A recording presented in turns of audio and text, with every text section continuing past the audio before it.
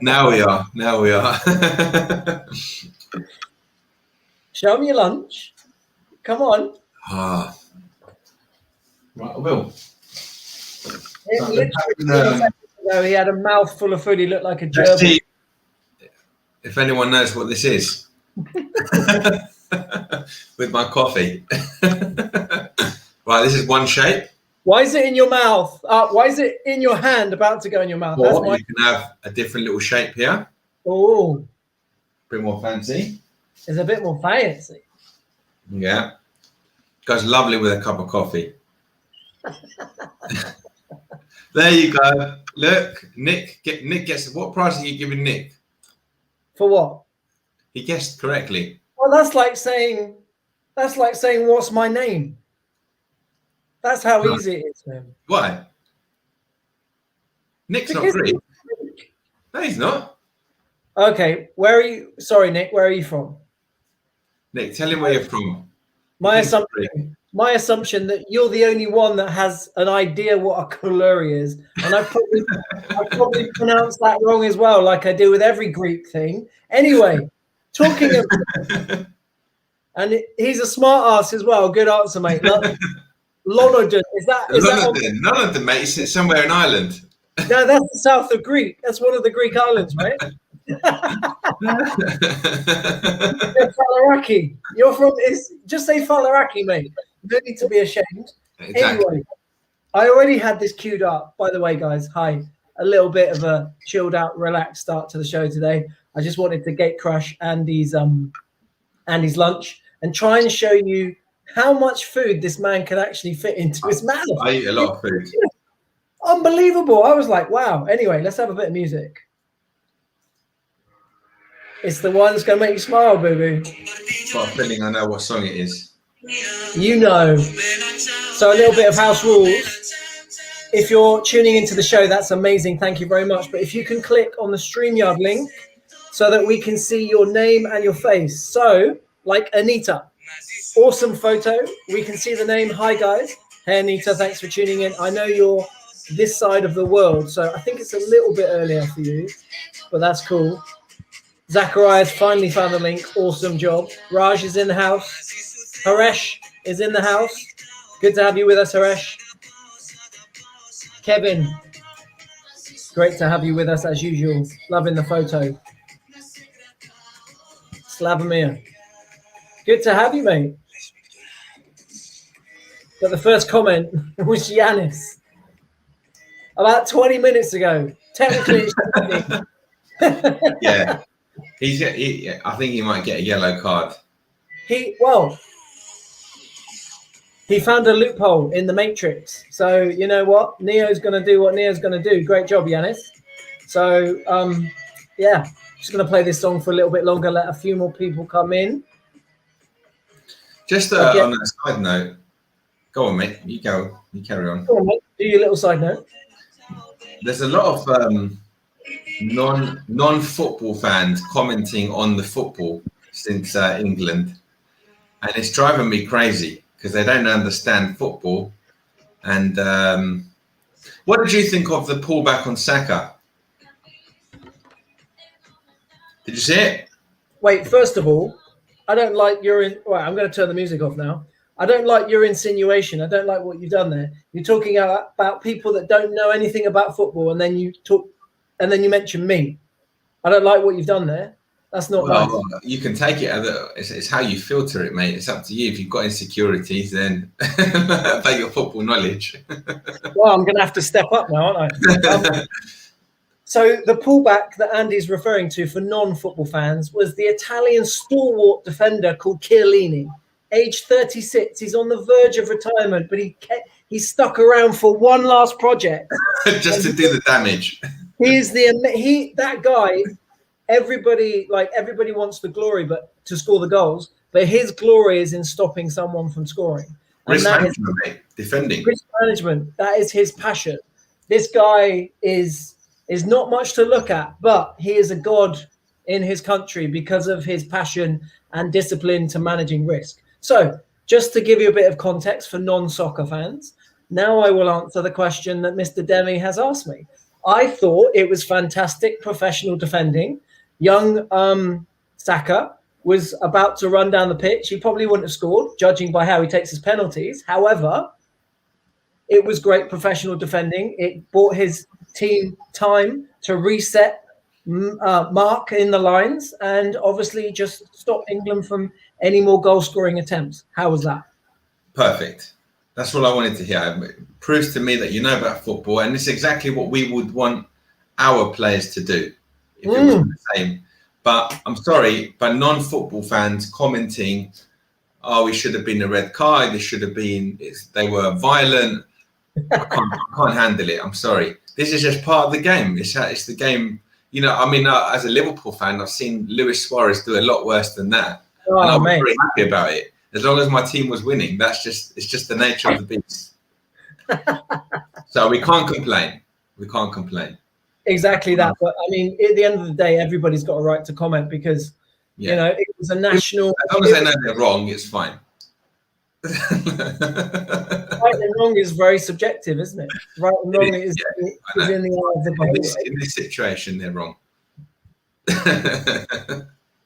I don't know, mate. We're trying to make new friends here, and you're just. It's true. That is true. You're doing a great job, mate. I'm sabotaging you. You are being very discriminative. I am. I'm sorry, people. Guys, we know that you're busy, so we appreciate your time. So we are going to get cracking with the content today. Raj, stop encouraging him, please. Not good. Not good. It is what it is. It's not good or bad. You were being a bit judgmental there, I was going to say. Raj, I was just about to say, Raj, you can do as you wish. So yeah, cool. Right, now, cryptos. We know you're busy. We appreciate your time. It's the one thing that we've all got the same amount in a day. So let's get cracking. And thank you very much for tuning in. If you're watching this on the replay, again, thank you very much for tuning in. Big love to all of you, whether you're watching live or on the replays, and just helping to build our community. I've been speaking to a few people over the last week. We've got some amazing members, and it's not just about trading. There's other things that we can discuss and interact with, and we will be looking at doing things like that as we move forwards with the tribe and with the group. But with that being said, as I said in the video, just as a little promo for this show, I don't know about you, mate, and obviously you'll be able to tell us, hopefully from your perspective anyway. There's not really much going on at the moment in the world of cryptos, and it seems just like, I don't know if your trader senses, like Spider-Man's Spidey senses, are going off at the moment. It seems like we're getting ready for something. Something is coming. I don't know whether it's going to be going up or whether it's going to be going down, but at the moment it's just kind of like ambling along. The energy kind of seems to be just kind of like building up for some sort of crescendo. Where are your thoughts on what's going on at the moment? Or I guess you don't really care. You just see the chart and you're like, well, I'm going to do this. No, I think, yeah, for sure. Everybody can observe that volatility is low. There's, I'll see if I can post it. There's a couple of news sites that I follow, and they posted something quite interesting. But there was like a chart of the Bitcoin volatility, which was taken from BitMEX, and basically it's at support. So it's like, what that basically means is that volatility is due to increase. Now, with volatility, it can go either direction. So that could mean a big drop or a big push up. But if volatility increases, then we're likely to have a significant move. And there were some other interesting things as well, where they're kind of looking at the space as a whole, like the altcoins, and actually doing analysis on that, and so on. So I thought that was quite an interesting look at the whole market in general. But there's only so much you can take from that, because the reality is that, you know, all of the analysis that we do is just to gather lots of pieces of information that's going to help us improve the probability of making good decision. The reality is that the time you should be the most alert is when the market is the quietest. So right now is when you should be ready. You should be absolutely, completely ready and prepared when it's quiet, because the reality is that most people are disinterested right now. They're going to get caught unaware, and then suddenly they're going to be chasing their tails, trying to catch up. Oh man, it's gone that way or it's gone this way. So either managing your trades, managing your portfolio to make sure that if there is another big drop in Bitcoin and the whole market in general, your risk management is sorted. And then the other way around, like if you see signs that the market could go up, making sure that you've positioned yourself, buying now at good levels, rather than sort of like seeing the after effect and seeing, wow, okay, it's now at 38,000, it's at 40,000, and now you want to jump in, you jump in and the market goes down and you bought at a high point again. So I think it is important that you stay alert in these kind of times. And, you know, we've got to remember as well, guys, that institutions are involved now, especially with the big ones like Bitcoin and Ethereum. We're not there with the others, but indirectly, they will get affected. It's like, as you guys have seen, if Bitcoin goes up, it will generally bring the whole market with it. Why? Well, it's just the leader, and vice versa as well. If Bitcoin goes down, it will generally bring the whole market down. So even if the institutions are only trading Bitcoin or only trading Ethereum, the likelihood is that they're having an indirect impact anyway. So why am I talking about this? Because when the market is quiet, institutions are not quiet. They're either distributing or they're accumulating, and you need to be alert and ready to take advantage of that. And especially like looking at that chart of volatility being low, it just makes sense that at some point there's going to be an explosion of volatility. So that's the kind of high level. But having said all of that, there are lots of trading opportunities to, you know, a ranging market is a preferred market by institutions. I don't know if people know that, but why?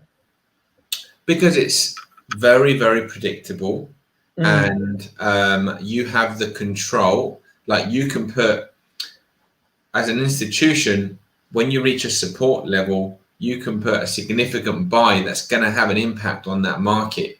So if the market is trending strongly, you're either chasing, and if you're chasing with big money, you could be losing quite a bit. Or if you go the other way, there's a lot of power in a trend. There's a lot of buying power, there's a lot of selling power, and it's harder to control that market, even if you are an institution.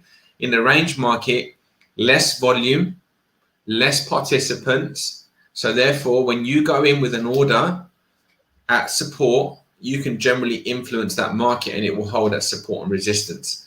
So much easier to make money, especially for an institution. And even for beginner traders, I would say ranging markets are perfect. So right now, you know, you identify your key areas, you identify, you know, I like the double support, the double resistance. You know, when you have maybe a diagonal with a horizontal, and you find those levels and you trade them up to the next level or to the next significant price point. And you could do that all day long. I mean, until it stops working. And right now, that's what's been happening for a good sort of month or two in cryptos. They're available, those opportunities are available. And I would just focus on just a handful of cryptos, maybe 4 or 5, and that's just get to know them really well.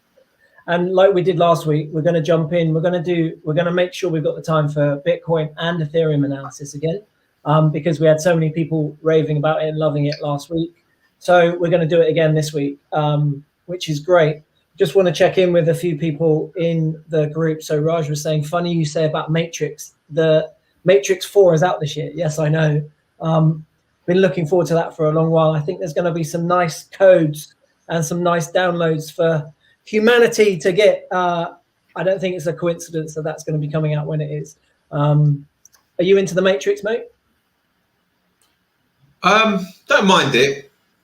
What? I'm not. Huh? You didn't like the first one? I mean, granted, 2 and 3 were average. It's a bit complicated for my brain. I'm a simple man. I just like Rocky. He goes in the boxing ring.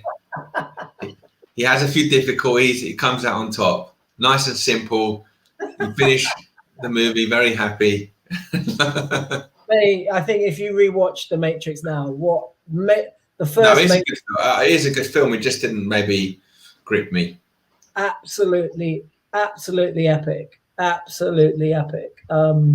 Yeah, so great shout about that. Shane Howell's in the house, tuning in live on YouTube. So we're live on Facebook. We're live on YouTube right now. And we've got a new member, Mohmand. I've probably said your name wrong as well. No offense, but when you get to be here long enough, you realize I butcher everyone's names. But great, very cool photo. Great to have you with us. And Julie, good to have you with us, Jules. I had a dream last night that Bitcoin was at £900 a coin, I'm presuming. I couldn't buy it for some reason. All systems were down as everyone was trying to buy. So earlier on today, I had lunch with an investor friend of mine. She was just telling me some stories. Like she almost bought into Skype when it was like really low. But she didn't like the platform. She didn't like the user platform, so she didn't buy into Skype. But she was telling me when Bitcoin was at $200 a coin. $200 a coin. And we just did a few crunching numbers and it was like, wow, god damn. So I'm not saying that it will ever go down to $200 again. I mean, if it did, it would be pretty calamitous to get to that level, but we'd all be plowing in. But at the moment, it seems like there's two markets forming within cryptos. There's group one, that's the fudders, and they're worried about things going down and not being able to work out what's going on, and they're just maybe in it just for a quick buck.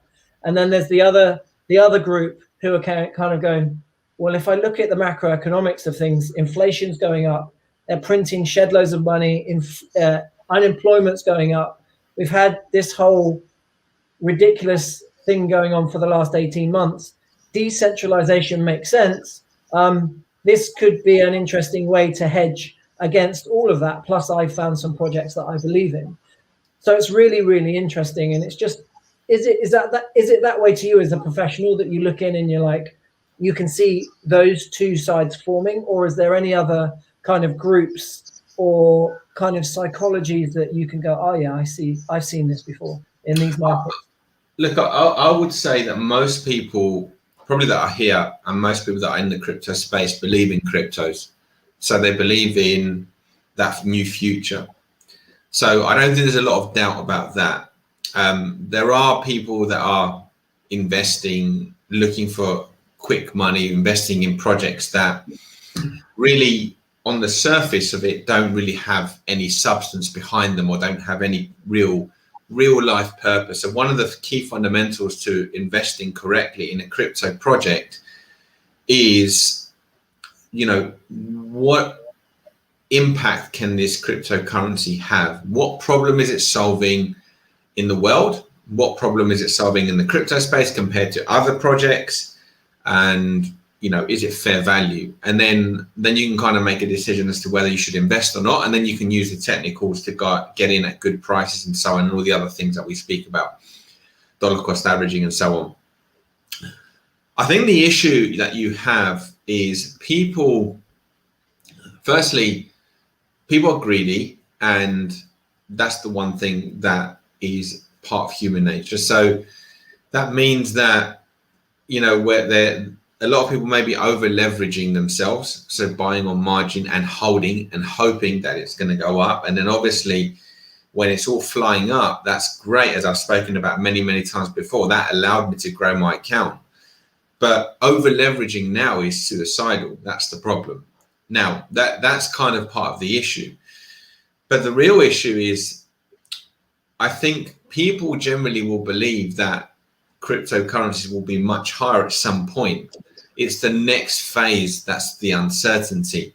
So what do you do if you, for example, you had your holdings, you didn't take profit, you were up, 300 grand, and now you're down to 150 grand.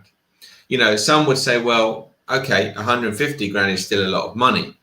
but the psychology of that is different. Now what do? Do you sell?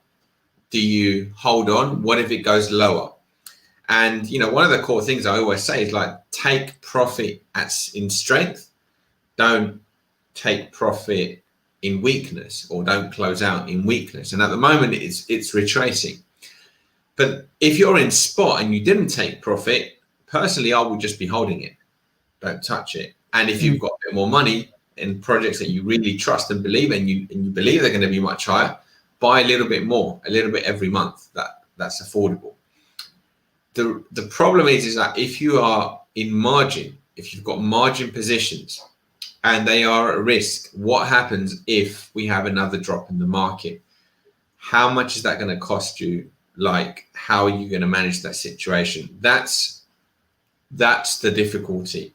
And I think if that's your position, you have to seriously look at a point where you say, okay, if Bitcoin does this, how low can Bitcoin go, or how low can the markets drop before you're liquidated? And that's the thing you've got to work out.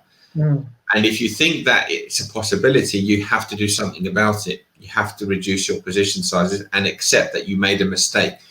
From a mathematical point of view, it's one of the worst things to do, because selling into weakness, so you bought in strength and selling into weakness, it's literally the opposite of what you should be doing. But if you're going to be risking being liquidated and you haven't got more money to fund it and maintain that. So ideally what you do is you maintain your position size by putting cash in instead of borrowing, and so you move from margin to spot. Now it doesn't matter, because if the markets go up eventually, you're fine. But the risk is where we are right now, which is market's not doing anything. It's a coin toss whether we go up or down. And people that are very leveraged, then they have that risk that's going to happen. And if you don't have the cash, then you either take the risk and you get liquidated, or you have to reduce your position size to keep you in the game. Awesome. Cool. Well, look, I think without further ado, I think we should jump into the charts. So let's see. And by the way, this isn't financial advice. Do your own research. Obviously, this is Andy's opinion with regards to what we say and do in the group. But you should always follow what's in front of you for sure, but also do your own research and just check in with yourself and see what things that you want to get involved in. Maybe you don't want to get involved in everything. You're still new to this and you're just happy to sit on the sidelines. That's completely fine. Everybody's got their own journey within this. So with that being said, let's look at what Bitcoin charts are telling us right now for today. Yeah, sure. We'll start with Bitcoin. So let's have a little look. So we did bring this up last time. I'm going to look at it again and show you the monthly chart. So let's remove drawings. So what I was kind of saying last time is that, this is obviously a very bearish formation that we created there. And, we've just had a nice monthly close here.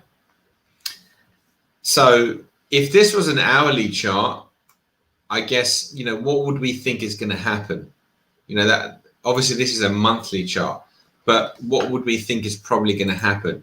Well, I would probably think after such a big drop, you have this kind of imbalance here where there's a sort of game of chess between bulls and bears where we don't know who's going to win. Normally you get to see more of this kind of stuff, and then I'd expect some kind of bullish price action to come back in at some point.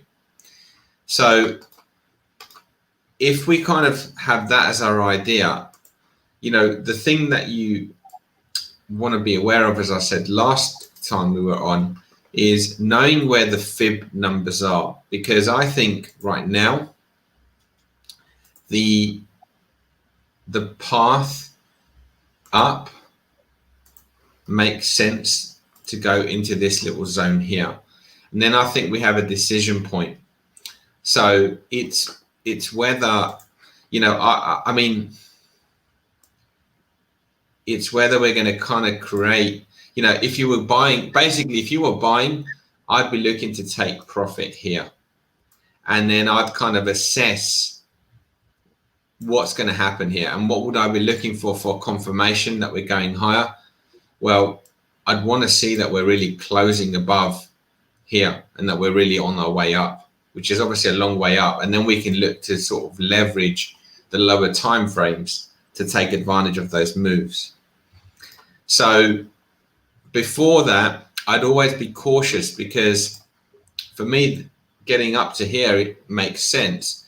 But then here, I would be very cautious. You know, are we going to create that kind of M double top and then push lower and then go down towards these sort of, you know, these levels that people have been speaking about, 25 and 20,000? It's possible. It's possible. So there's just not, there's not a lot of information that we can use at the moment. But we can definitely make money with, even with the sideways markets. Now, again, if we just kind of look at what's happening here, I'm just gonna, I'll remove drawings. So this is the weekly chart.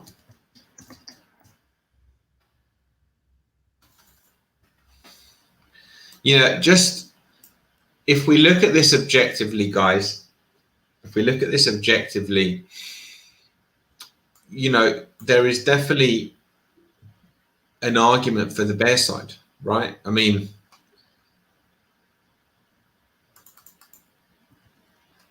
that doesn't really look bullish, does it?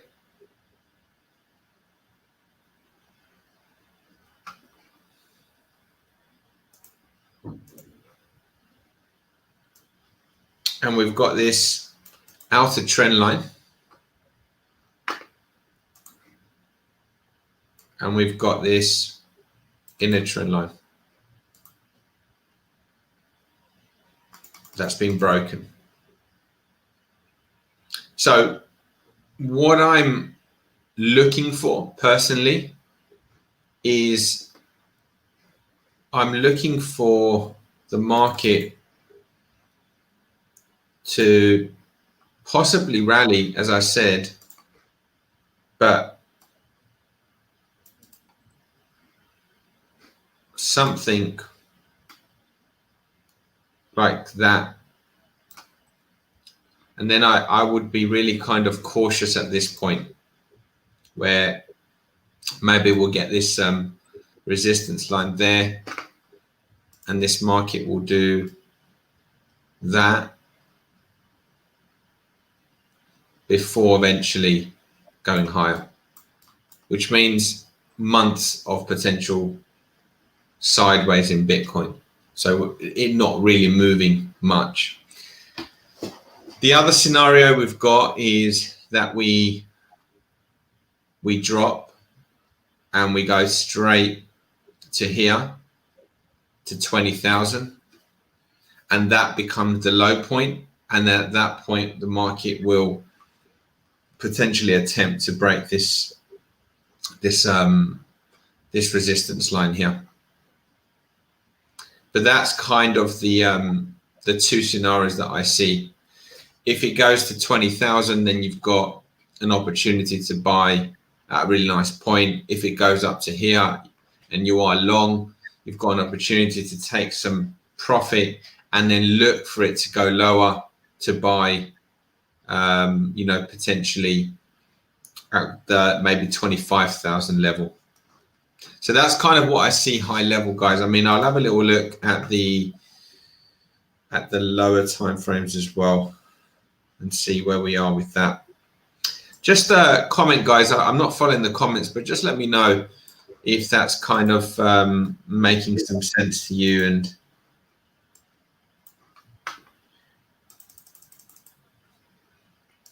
And by the way, I mean, you know, especially if you're new, you might think, well, is that kind of sitting on the fence? It's not really sitting on the fence. It's actually just preparing for both sides and then waiting for evidence, because that's, at the moment, we don't have it. We don't have evidence that this market is ready to do either one of those two things. Let's see if there's anything else, any more clues, but really that looks like. Awesome. So Nick's saying all good. Zachariah is saying, so in other words, you expect a slight range before a recovery. Well, yeah, but that range can be, you know, when we say range, it is a range on the higher time frames. But if we go back to over here, this is a weekly time frame, so it won't feel like a range to you if the market starts to rally towards here. Chances are you'll be getting excited thinking Bitcoin's going to break the highs. So, you know, if we go from 30,000 to, let's say, 50,000, you know, that's nearly doubling. So it won't feel like a range, you know, from 33,000 to 50,000, it's a significant move. And if we go from 50 to 25, you know, that's halving. So that's a 50% drop from that point. So there's, even though, yes, on high level, yes, you could say that, but from a sort of day-to-day basis, there's plenty of opportunities. And you can see it back here in 2017. That's kind of what we did, big drop, and then mostly sideways before resuming its uptrend. But let's see. What would change would be a break of this line, and if we got a massive push here and cleared this, and we got back onto above this trend line, that's where you can feel some level of confidence that we might be now moving up. My preference would be for us to take these highs out. So we take these highs out, and then every pullback is buyable now up to the next level. We could see if we can just plug in some fibs here actually on the weekly. Let me see if our indicator can do it for us. Would be helpful if it can. So that's a question we've had from Facebook user. Please use the StreamYard link so that we can see your name and face. Is your Fibonacci tool you're using on TradingView? Yep, so this one that I'm bringing up is the one that I just showed you before. You can freely use on TradingView. Yep. The auto one is something you need to be given permission to use. So my recommendation is to use the one on MT4 that we have. So if you have Bitcoin on your MT4, it's better to use that one. It's certainly more reliable than TradingView, but I can make this one work enough just to be helpful sometimes. Sometimes, yeah. All right, let's ignore this one for now. Let me just do a little bit of a quick look. Hey, I forget I've got the pen on. And so guys, with all of that being said, what are you thinking? What are the markets looking like to you? What's your kind of feelings on what you want to get involved in right now? Let us know in the comment section, and we can share that information with the group.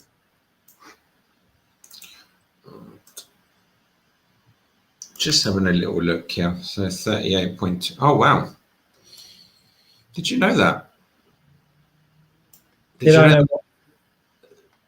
The market hit the so we did a market completion there. So we had an A, B, 38% pullback, C, and that, look where the high was, exactly at the D. No, I didn't know that. And what's interesting, mate, is This is the A, and it hasn't been taken out yet. Just still in play. Well, I mean, just. Can you see that there? I guess it's just about in play. Tight. Yeah, just. Very tight. Very, very tight. So interesting. That literally picked the top. Good to note for the next one. And just so that you know, if you're new to the group, so Andy's been a professional trader. He's worked on some of the biggest hedge funds and trading floors in London. He's devised his own adaptation of the basic Fibonacci. And he's got years and years and years, thousands of hours of back testing, primarily on the Forex markets. Now, we don't have as much data in cryptos, but it's very interesting to see where the similarities lie, right, mate?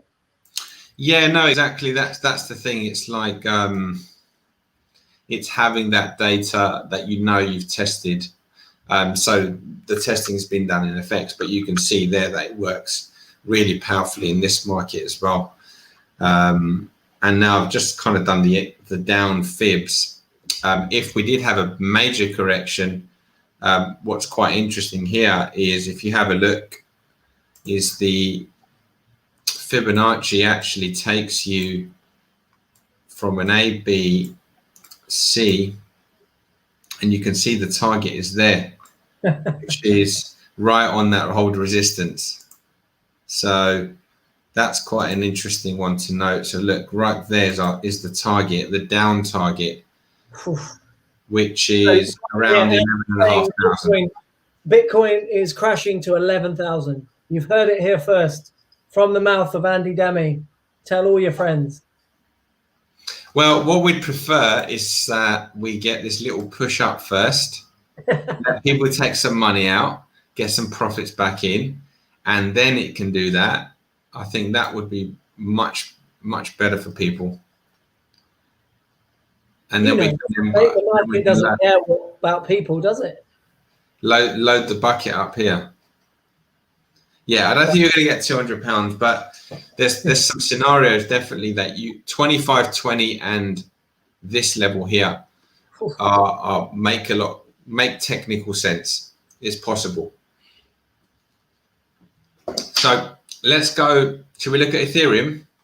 Yep. Okay. So next up, we have got the Crypto Like a Pro trading masterclass with Andy Demi. We're going to break down Ethereum on the charts. So we'll start. I guess we'll start with the monthly again.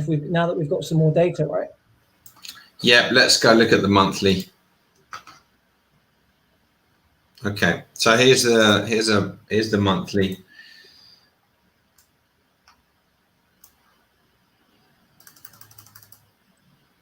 I'm just gonna change this so we get a little bit more data. So you should always look to see if there's more data around. So that's a bit better. Okay. So here we are.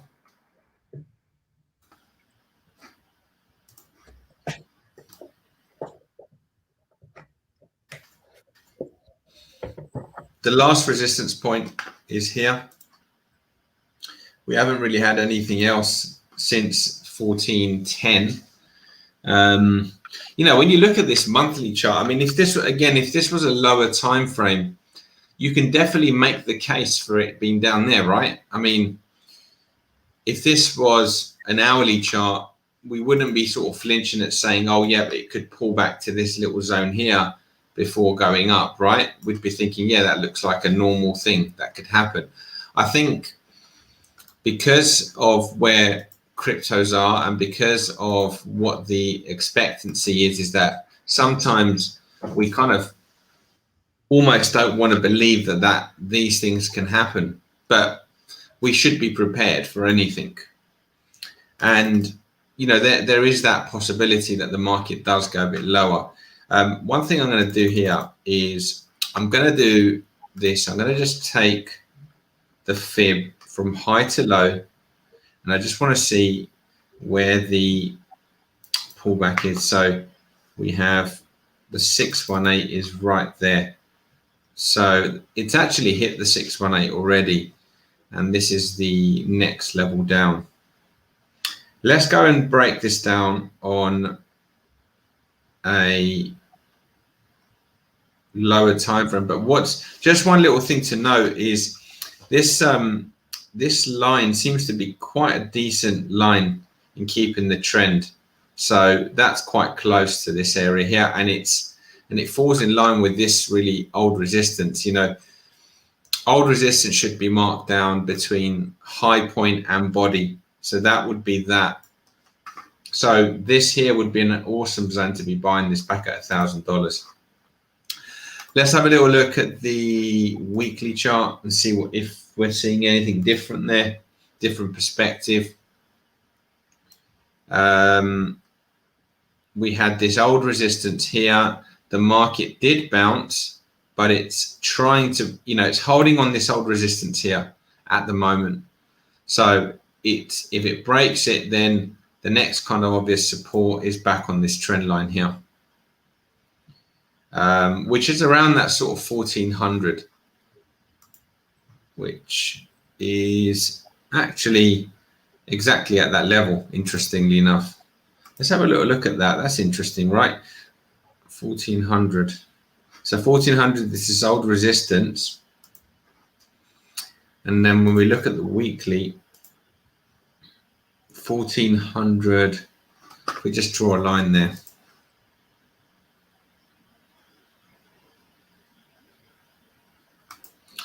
Is potentially also this trend line support.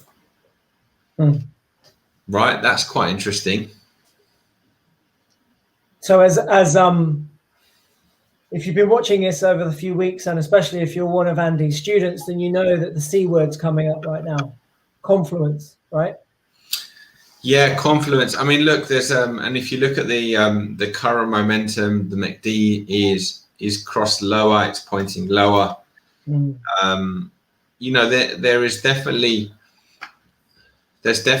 potential for this to go lower. I mean, I don't want it to go lower, but we have to kind of see what's in front of us.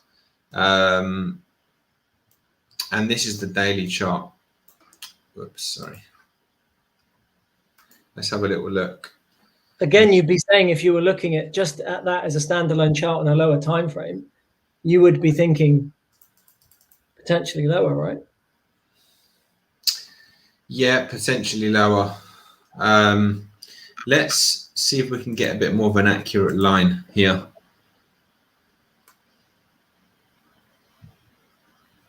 This is where I miss my MT4 tools, where it's just done for you and you know it's accurate. See, that's not accurate, is it? No. But yeah,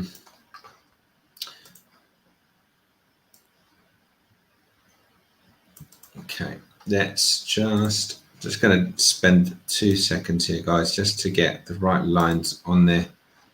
And so we've got accurate data.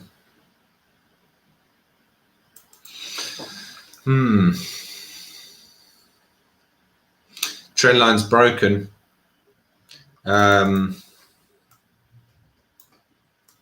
Let's draw our fibs as well.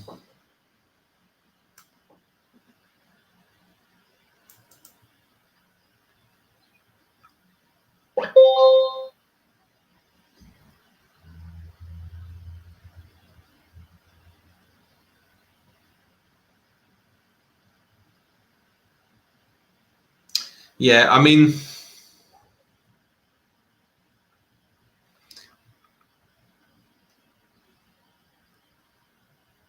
I'm going to just do, at the moment, it's very hard to predict the long-term move, but we can try and predict the short-term move.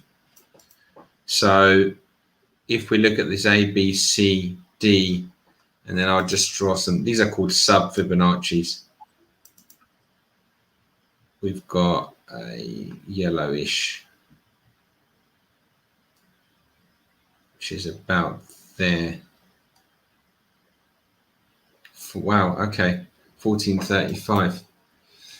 Yeah, why am I'm getting a lot of confirmation for that sort of 1400 level to be a key level for this one. Like even my little A, B, C. Let's zoom in on this one, guys. 1 second. So if you're looking for a good spot to buy Ethereum, let's have a look. That is pretty much, it's pulling back to the yellow zone, which means you're looking at this yellow zone here to buy, which is 14,400. And because this is in between the yellow and the orange, you could consider buying basically in between the yellow and the orange, which is around there. So between here and here, I think that to me looks like the area. If you want to stick an order in, I like that area a lot. I think that's a really sensible buy zone. You can also see it's perfect. I mean, why is it perfect? It's got that perfect confluence with this trend line here. So we've got a sub fib. I'm not convinced that this is going to be the low and we're going to break the highs. But I think if you were kind of buying here like that, you know, you've got a good chance to catch potentially at least a move back up there, and then if this breaks, a little bit higher. I think that's definitely a good zone if you want to start accumulating more Ethereum into your portfolio. In the meantime, you know, this is channeling down. From a trading point of view, you probably want to go to the hourly charts and look to trade the waves down. You can do counter trend line breaks. You can do C to Ds on pullbacks. You can wait for the oscillators to kind of show overbought conditions. You know, whatever your game plan is, certainly there's some room for more movement to the downside.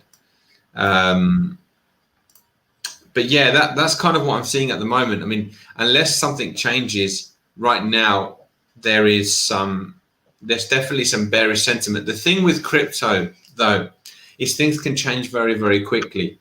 That's the reality. Like something can just be said or something is done, and suddenly Ethereum rallies, it clears this line, and then it's a completely different picture. So we're just basing it on right now. If you're not in it, or if you have more cash, this is the zone that I'd be looking to buy right now. Around that 1400. It also adds, it's also a really nice old resistance on the monthly that becomes future support, and it gives us a bit of time for this blue line to catch up as well. So if it kind of gets there in the next couple of months, that would be, in my opinion, a good buy zone. And then if you wanted to sort of get really lucky, you might want to be buying it down here as well, around that sort of 1-1 area.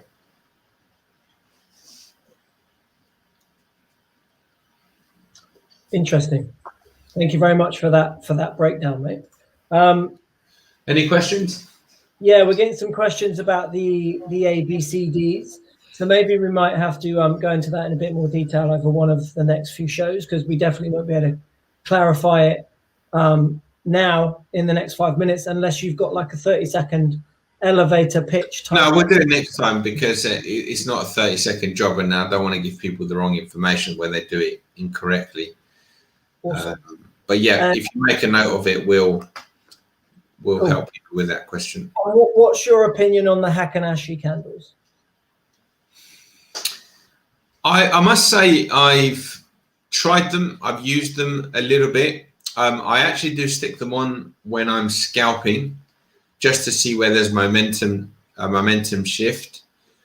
I know traders that use them, that prefer them to normal candles.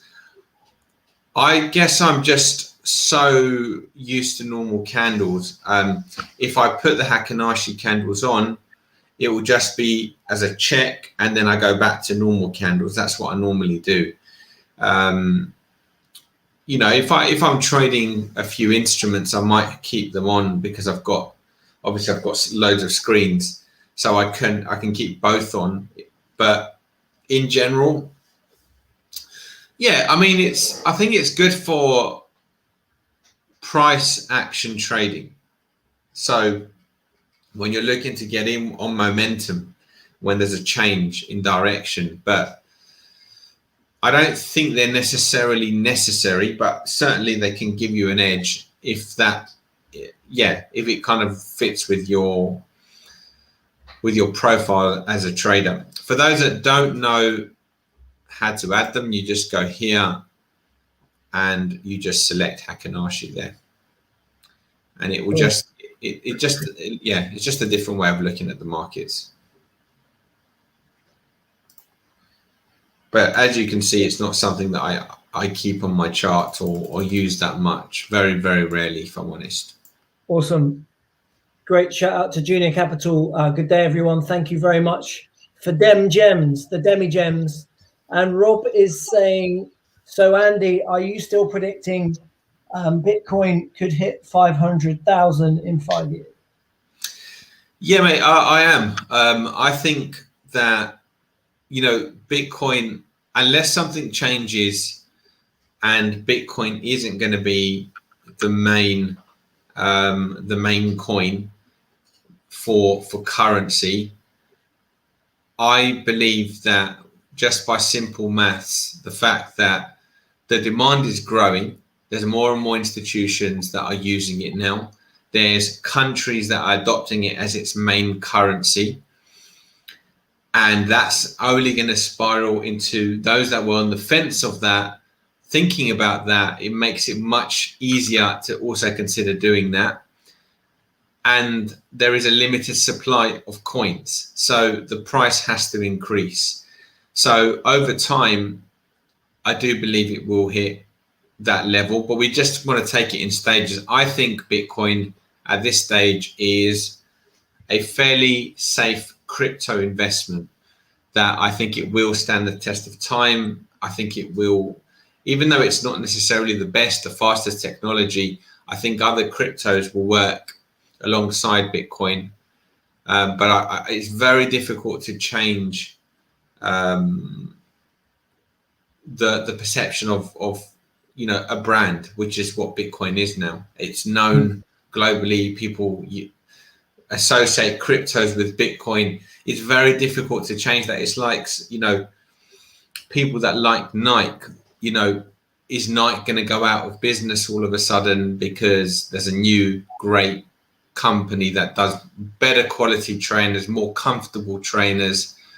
You know, I don't think so, because people are invested in that brand. So I stand by that prediction. I think in 5 years' time, we'll see Bitcoin at 500,000.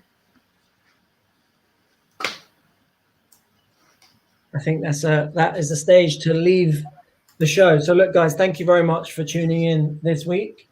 Great to have you on the live with us. If you are watching the replay, hope you've managed to get a lot of value. That's our main goal with these free shows, is to give you as much value as possible. Guys, we're going to be back next Monday to talk all things FX in our Pips Like a Pro show. So for you guys that are interested in FX, we'd love to see you on that show next Monday. And then we'll be back next Tuesday for our Crypto Like a Pro show. Anything else you want to say before we bounce a doodle, mate? No, mate, all good on my side. So thanks everybody for being here. I've enjoyed the show, and hopefully you guys have as well. Thanks, guys. Thank you, everybody.